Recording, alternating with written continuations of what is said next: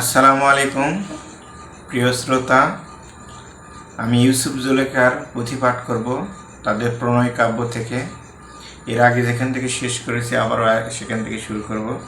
তো সবাই শুনুই তাহলে।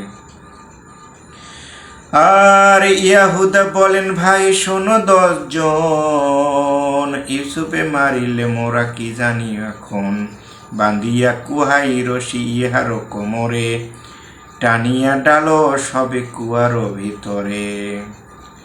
আরে আনিয়া কুয়ার রশি কোমরে বান্ধিয়া, সকালে কুয়ার বিষে উঠ ঢালিল টানিয়া, ইউসুফে বান্ধিয়া যদি কুয়ারে ঢালিল, তরাইয়া জিব্রাইল আল্লাহ পাঠাইয়া দিল।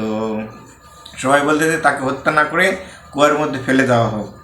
তো কুয়াতে ফেলার জন্য তারা রশি নিয়ে আসলো, ছাগলের রশিগুলা তার কোমরে বাঁধে তাকে কুয়ার মধ্যে ফেলে দিল। এই সময়ে আল্লাহ জিব্রাইলকে পাঠিয়ে দিল কুয়ার ভিতর। কুয়াতে পড়িয়া ইউসুফ পানির উপরে ভাসে, মেহতের জিব্রাইল আইল চোখের নিমশে। আরে তাহাকে রুখিয়া কোলে পানিতে ডুবিল, বানায়ে পাথরের তক্ত তাতেই বসাইল। এলাহি যাহার সকা তার কি বাদায়, শুনরে পামর লোক নাচে খোদাই।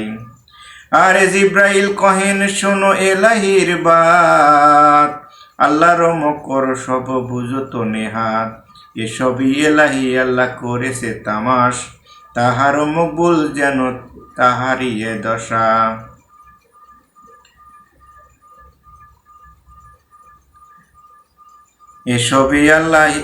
এসবই এলাহি আল্লাহ করেছে তামাশা, তাহারি মকবুল যে তাহারি এই দশা। ইউসুফে হইল খুশ জিব্রাইলের বাতে, অযুত হইল ঠান্ডা জিব্রাইলের সাথে।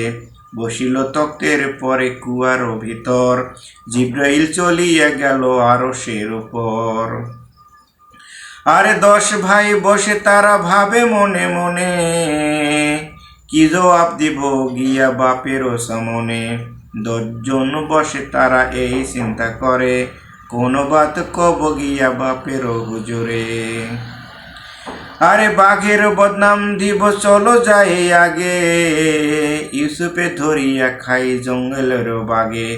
এতকে মতলব সবে দেলেতে করিয়া, দুম্বা ছাগল সব লিল তারাইয়া। ওই 10 জন গিয়া বাপের হুজুরে, ইউসুফে বলিয়া সবে কান্দে উচ্চ স্বরে। 1 জন গিয়া তবে ইয়াকুবরে কয়া, ইউসুফের খাইল বাগে এই তোরা হাই। 10 ভাইয়ে কান্দে তারা করে হাই হাই, বাপেরও দুপায়ে ধরি কান্দে কয়। আরে ইউসুফের বাসায় কাছে খেলিতে আসিন, বাগে ধরে লয়ে গেল দেখিতে পাইন। শুনিয়া ইয়াকুব নবী অচেতন হইল, উজির ও নাজির কহে নবীজি মরিল। আরে নাকে হাত দিয়া কেউ কহেন উত্তর, কেউ বলে বাহুবীর ইয়াকুব পয়গম্বর। কেউ কহে বেটা তেরা আসিবের হেতা, কত কপট করিয়া কেউ কেউ কয় কথা। মাথায় ঢালিল পানি মুখে আদা দিয়া, কতক্ষণ বাদে নবী চেতন পাইয়া। আরে ইউসুফে বলিয়া ওঠে চেতন পাইয়া, কে ডাকে ইয়াকুব বলে কানে মুখ দিয়া। কহিলেন বাসায় কে কেমন বাগে ধরে, ধরিয়া যে খাই তারে দেখিব নজরে। ইউসুফকে তারা কুয়ার মধ্যে ফেলে দিয়ে তার ভাইয়েরা তার রক্তমাখা জামা এবং তার